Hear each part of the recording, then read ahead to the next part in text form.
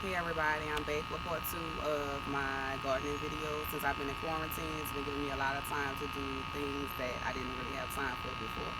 So check it out.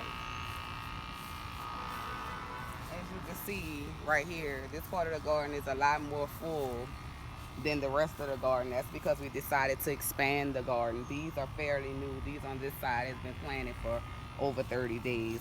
As you can see right here, we have broccoli.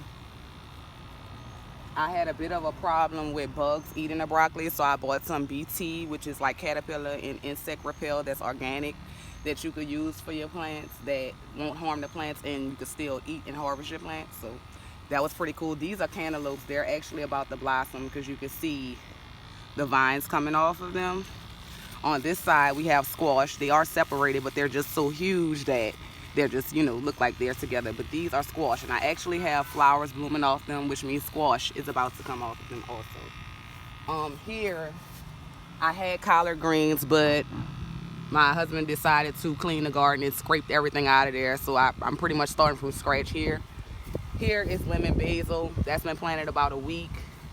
Right here I have plums. There's 2 different plum bushes. They're going to be about this tall.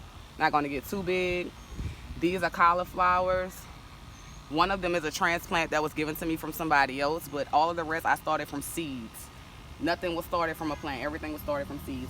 Here's red beans. As you can see, if you look closely down here, right here, you have the roots coming out of them. Like I say with beans, you don't want to put them in the soil. You just want to kind of put them on top and drizzle soil on top. Right here, I did potatoes. It takes a lot more digging for potatoes, and with potatoes you just want to wait until you get the eyes and cut them and put them in the soil face down to where the eye is touching the soil. I don't have anything here because, like I said, I expanded the garden. Right here I have my best friend's portion of the garden. We're not going to say what that is. Here we're just going to say that's herb. It's doing very well, as you can see. That's where your blood meal and your nitrogen sticks come in. You don't want to overdo it with that though, because you can kill your plants. Here we have the white beans. They've only been planted 4 days and they're making sprouts already. As you can see, plain white beans out the pack. Same rules apply for the red. Here we have cucumbers. As you can see, there's vines on the cucumbers because they're about to start producing cucumbers. Here, when I first started, I had a bit of a problem with the watermelons because I had a tree that was hanging over.